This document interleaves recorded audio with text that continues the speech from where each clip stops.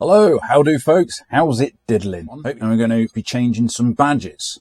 So we're going to be taking these badges off, the Rovers, and putting on some MG ones for the ZR. So let's crack on.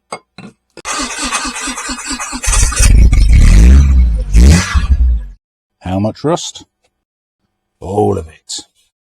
To give you a little bit of backstory, these are some wheel cap covers off a Rover 75. Now I bought these off Rimmer Brothers, who are found in Rover spares and MGs and Triumphs and all that jazz. And these are on offer, and now I like the look of these. And to be fair, the badges on the MG, which is slightly different, has a big badge and they're kind of a bit corroded and everything. So here's one I did earlier.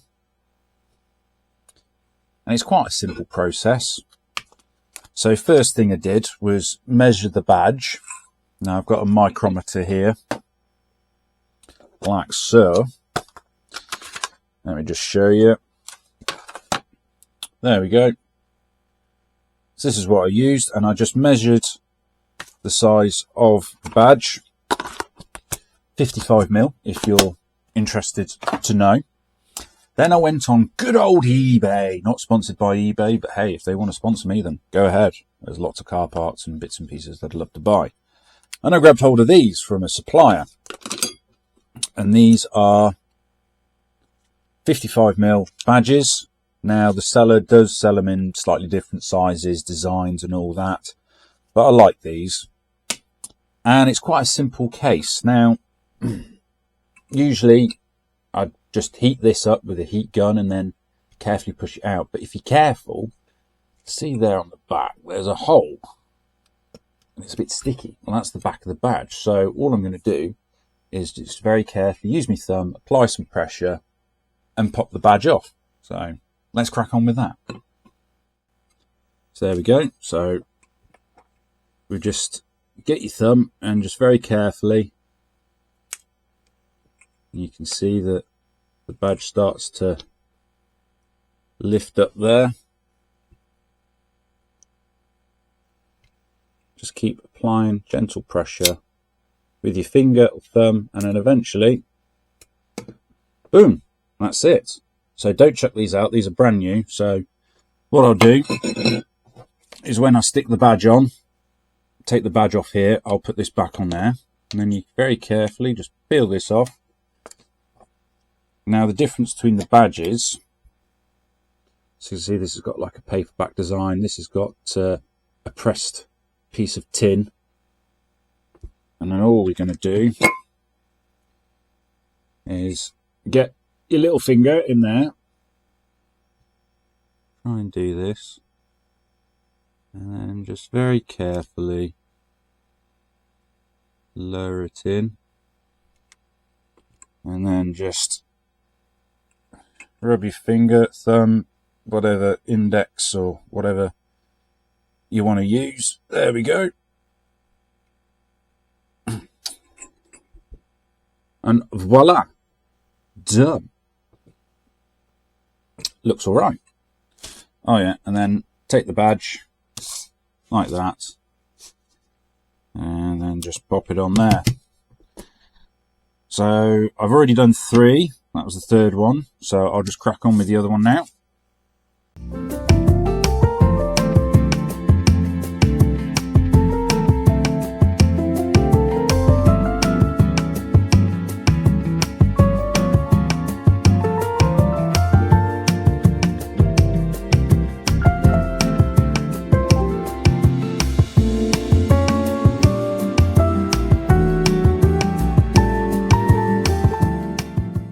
And there we are, fantastic. Now, there is some on the ZRs, I believe the really early ones, that had this design, and they don't have these little divots. Now, I could go through, before I put the badge on, I could have cleaned these up and filled them with some chemical metal and whatever, and then sanded it down and all that, but just a nice, simple, quick, easy change. So now, we'll go out to the car and put these on.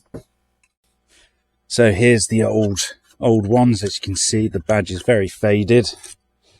So you get your little hook. Now, interestingly, these are plastic. Now I have got some metal ones which are on the earlier versions, and then obviously when they decide to do the program of kind of reducing the cost of these were changed to plastic, so not great. And then that's where the slot's meant to be.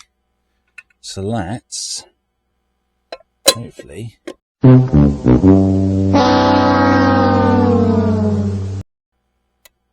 aha. Now we've come across an issue. I don't think them splines are long enough. Yeah, no shit, Sherlock. Oh, they're not wide enough.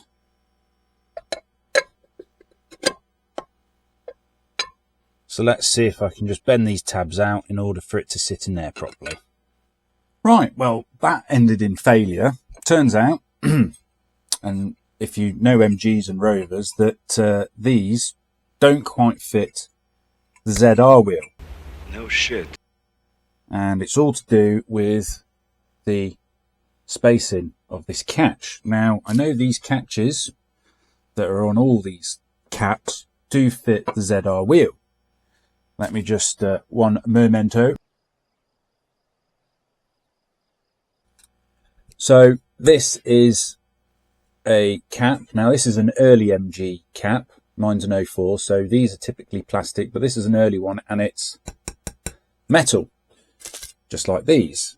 Now the size is bang on and everything like that, but what isn't bang on is the offset. Can you see that, the difference? So what I've done is got my micrometer out and I've measured the distance on this one and then on this one.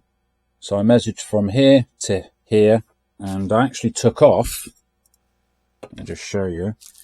So I actually took this off the back. Now these are just pressed on, kind of fits a bit like so, and then this ring here is kind of crimped over in a machine. Now I did make an absolute butcher's job of trying to get that out, but it's out, and to be fair, there's going to be a badge over it, so you won't see it unless you take it off. But what I've worked out is that this needs to be at least 4.2 millimeters higher up on the back of this. So it roughly needs to be about there. You see that? About there, instead of down there. And I used my micrometer and everything like that, and all that jazz. So like I say, so there you go. So it needs to be up higher. I've got a plan. So I'm going to make a small steel spacer. I've just ordered some steel, some 4mm steel off good old eBay. And then with some very strong epoxy resin, this should space this out far enough to be able to catch inside the wheel. So these little tabs will lock in. And so the cap will fit. Then I can refit the badges and all that. Now, if you happen to be doing this is a bit of a faff really, but I really like the look of these caps, and it'll be something different.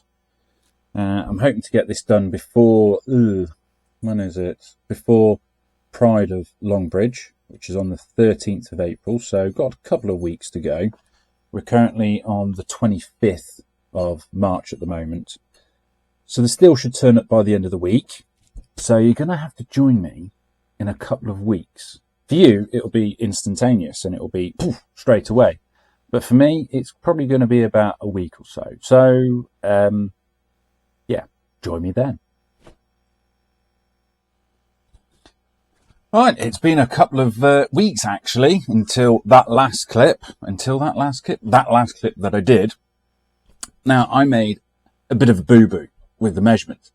Now I was saying it needed a spacer of 4mm in order to raise the clip up in order for it to engage. That turned out to be very, very wrong. It wasn't 4mm. I needed it to be 10.6mm. Yeah. And also, another realisation, the steel turned up. So here's the plate of steel. As you can see, it's still complete and one piece. This is very heavy. This actually weighs more than one cap. It's the equivalent of all 4 caps plus, well, yeah, it's very heavy. So that was a bad idea. Now, I did think about going with aluminium, which I will be doing, but what I've done is an ingenious idea. I've got my woodworking head out and figured that for the time being, I'm just going to stick bits of wood on. So let me show you what I've done. My work area from last time is completely dirty. So I ended up using, it's over here, a little Dremel with a grinding piece on it to grind away this ring. This is an old one. To grind away this ring here, which created a lot of mess. And like I say, I used a wooden spacer. So here's the finished product. Now, it is just temporary at the moment, but if you see there, yes, only the finest bit of wood. It's like British Leyland back in the day. So this is just temporary. Just get the idea. Piece of wood is 10.6mm thick, and that has given it enough lift in order for these caps to fully engage on the car. So what we're going to do now is take these, or at least 2 of them, because these ones have been done and there's some that I'm still doing. See, I'm going to, so you can see, I just need to put some more goop in the hole and kind of spread it around there to keep it all together. But we're going to take a cap out and I'm going to show you how well it fits, because yes, I know it's a bit Heath Robinson with the piece of wood, but once it's on, you'll never know. So let's pop outdoors. All right, here we are. So this is the old one. Get your little key and pop that off. And you've got this little locating tab, which that corresponds to. So here goes.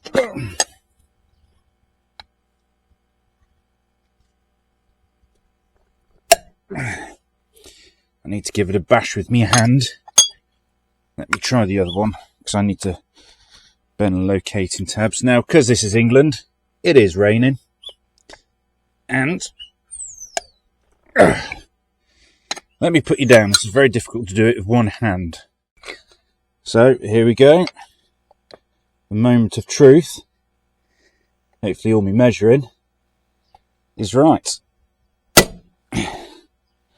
Oh! And there we go. It's on. And I tell you what, that clicked in nice. There's no movement.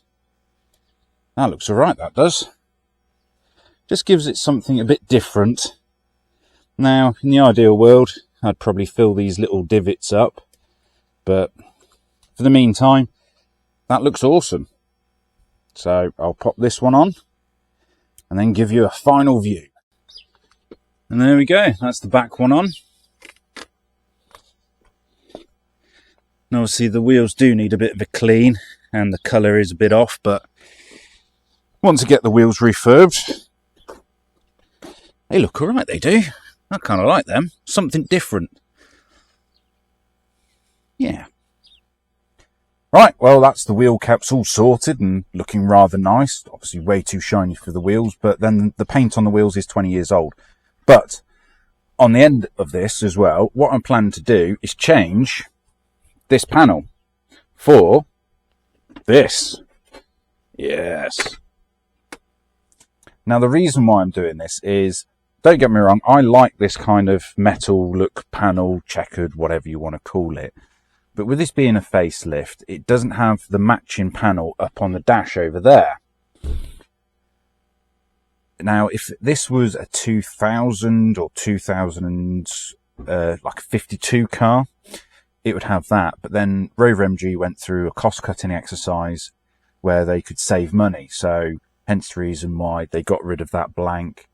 The 17-inch wheel caps, they went from metal to plastic. So yeah, and I think that would look a lot better. So I picked this off, funny enough, not off eBay. It was from a local scrapyard in Derby, Looms's, where there was a Rover Streetwise being broken for bits, and this was here.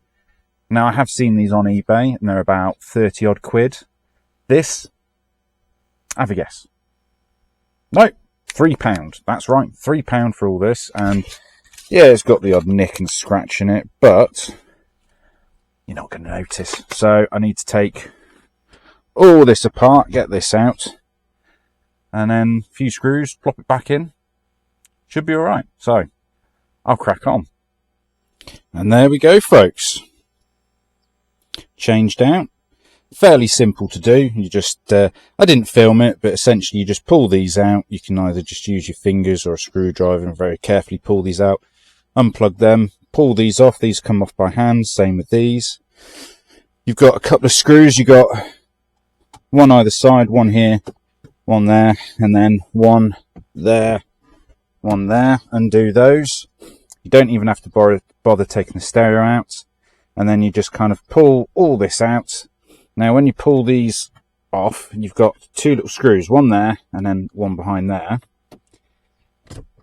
So you don't have to take this center off. You just pull it back, undo them screws, unplug the plug for the illumination, which is there.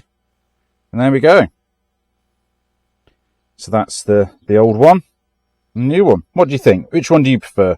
I kind of really like this. Kind of updates it.